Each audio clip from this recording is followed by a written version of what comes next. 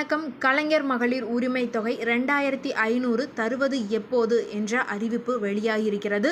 அதாவது அடுத்த ஆண்டு சட்டசபை தேர்தல் அறிவிப்புக்கு முன் மகளிர் உரிமை தொகையை 2500 ரூபாயாக உயர்த்த திமுக அரசு திட்டமிட்டுள்ளதாக கூறப்படுகிறது. குடும்ப தலைவியருக்கு மாதம் 1000 ரூபாய் வழங்கும் மகளிர் உரிமை தொகை திட்டம் கடந்த 2023 செப்டம்பர் 15 முதல் செயல்படுத்தப்பட்டு வருகிறது. பாஜக ஆளும் டில்லியில் குடும்ப தலைவியருக்கு மாதம் 2500 ரூபாய் வழங்கப்படும் என்று அறிவிக்கப்பட்டுள்ளது. அதேபோல புதுச்சேரியிலும் 2500 ரூபாய் வழங்கப்படும் என்று பட்ஜெட்டில் அறிவிக்கப்பட்டது. அதனால் தமிழக பட்ஜெட்டில் மகளிர் உரிமை தொகை 2500 ரூபாயாக உயர்த்தப்படும் என எதிர்பார்க்கப்பட்டது.